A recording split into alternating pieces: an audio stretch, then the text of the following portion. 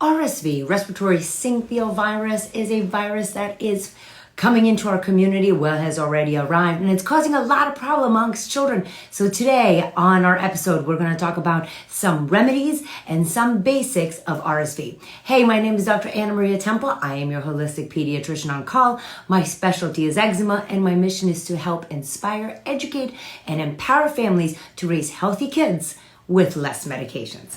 Let's get started. Let's first talk about what this virus is. So it's a respiratory virus, which means it starts in our nose, in our eyes, in our faces.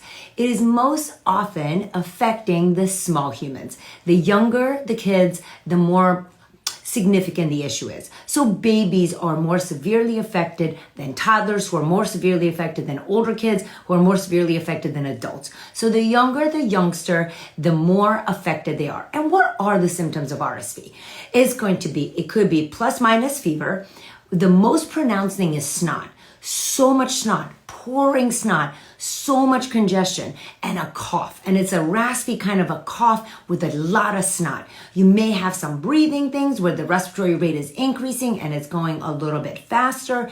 Kids can be fussy, and especially babies. They're snotty, they're crusty, they're crabby, and they're having some difficulty eating because babies are obligate nose breathers, which means they have to breathe through their nose. They don't know that when their nose is stuffy, they can open their mouth. So they're like, and then they scream. And when they cry, they breathe. So that crying helps them breathe. So it sends a signal to the brain, oh, keep crying so you can breathe.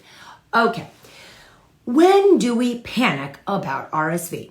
The illness duration is usually, so the hardest part is between day 1 and 5, with day 3 and 5 being the worst. So save this video, because on day 4, you're going to be convinced that something is not right and things are going down the tubes. But when in fact, day 3 through 5 is when the worst of the worst sleep, the worst cough, the least amount of eating, and then they start turning the corner. Okay. But how long does RSV last? So in some kids, it could be a week, but it can last up to 3 weeks. And we usually know that it's like the snot and the cough are just a little more intense than your average cold. But again, if your child is still coughing on week 2, but the cough has gotten less, the sleep is a lot better, they're eating a lot better, and they're still snotty, doesn't mean that that's an automatic antibiotic need. It means it takes a lot of time to get rid of RSV. Also, a lot of kids with RSV develop ear infections. So talk to your doctor and ask them, are antibiotics really necessary? Because RSV is a viral infection, and we know 80% of ear infections get better without antibiotics. But what is a parent to do to decrease the risk of ear infections and to get a little more sanity during this trying time? Let's talk about it. First thing we're going to address is the snot and congestion. Here are drops by Xlear, and I like these compared to little noses because they have less preservatives and they have xylitol and grapefruit seed extract. I also like this product as well, as it only contains, water and salt.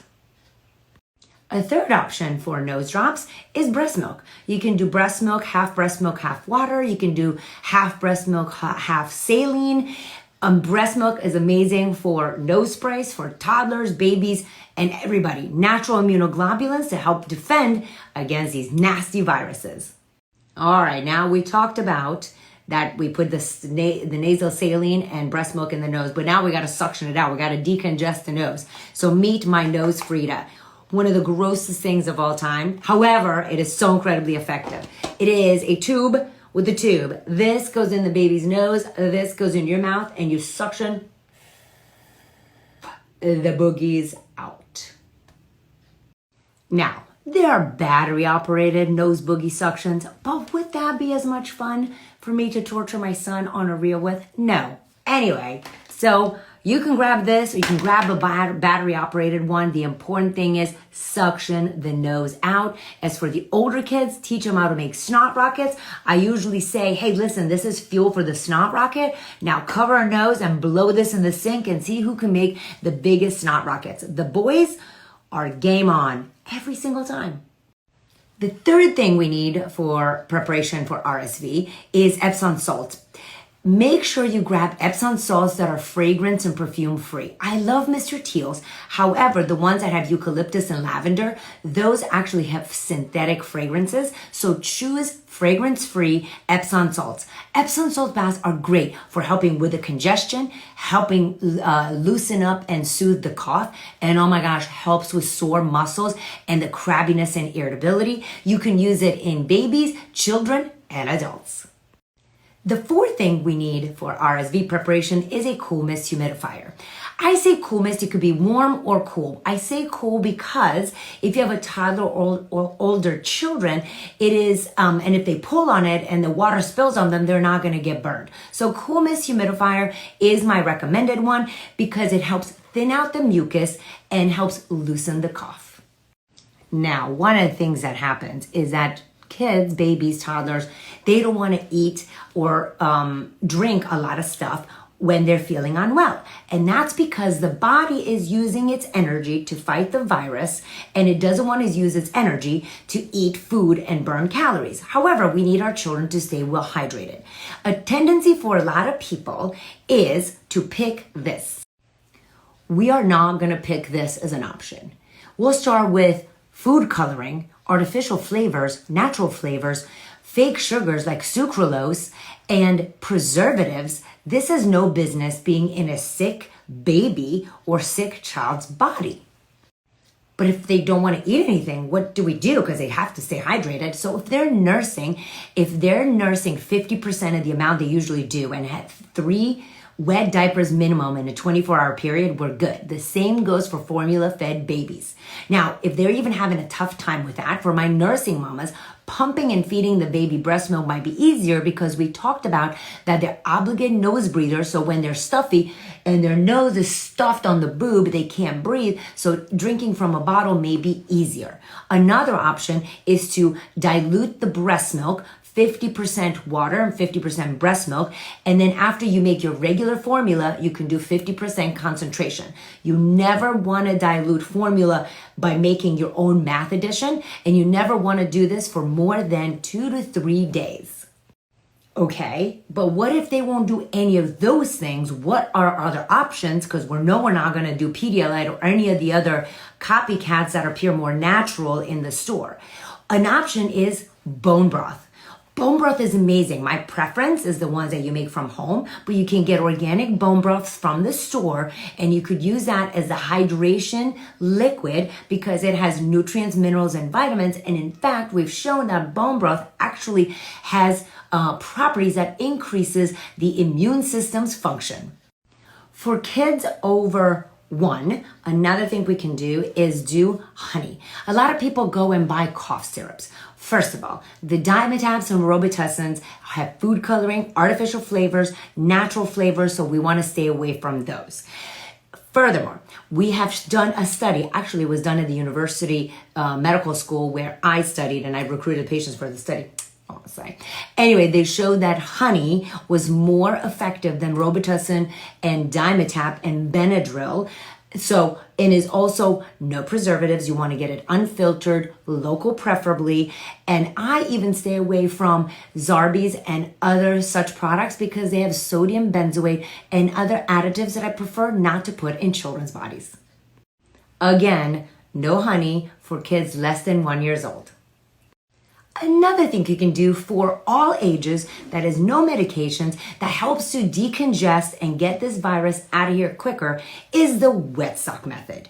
The wet sock method works because when we do heat, it helps to open the blood vessels called vasodilation. When we add cold, it shrinks the blood vessels, which is vasoconstriction, and the opening and closing forms a pump-like mechanism in the body that helps the lymphatic system, which has no pump, move better through the body. The lymphatic system is where the antibodies are that helps fight the invading organisms. Yet one more option when your family is dealing with RSV is going to your local salt room.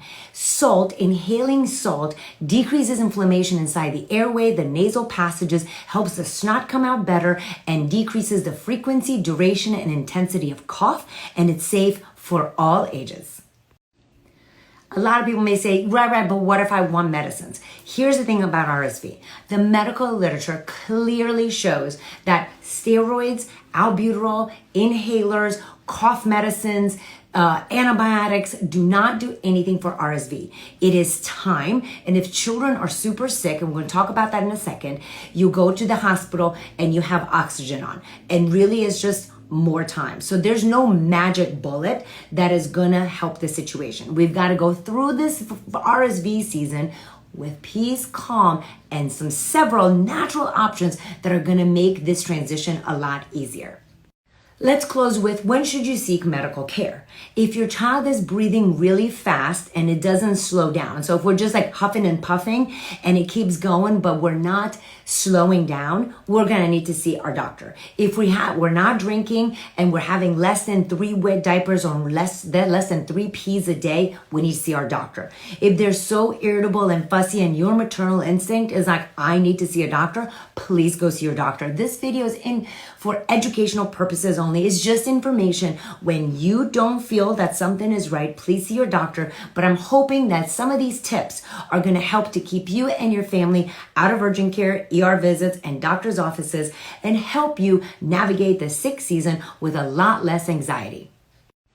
For more information on RSV and other childhood illnesses and baby illnesses, grab my Kids Holistic Guide or my Holistic Baby Guide to have me in your pocket during this cold and flu season.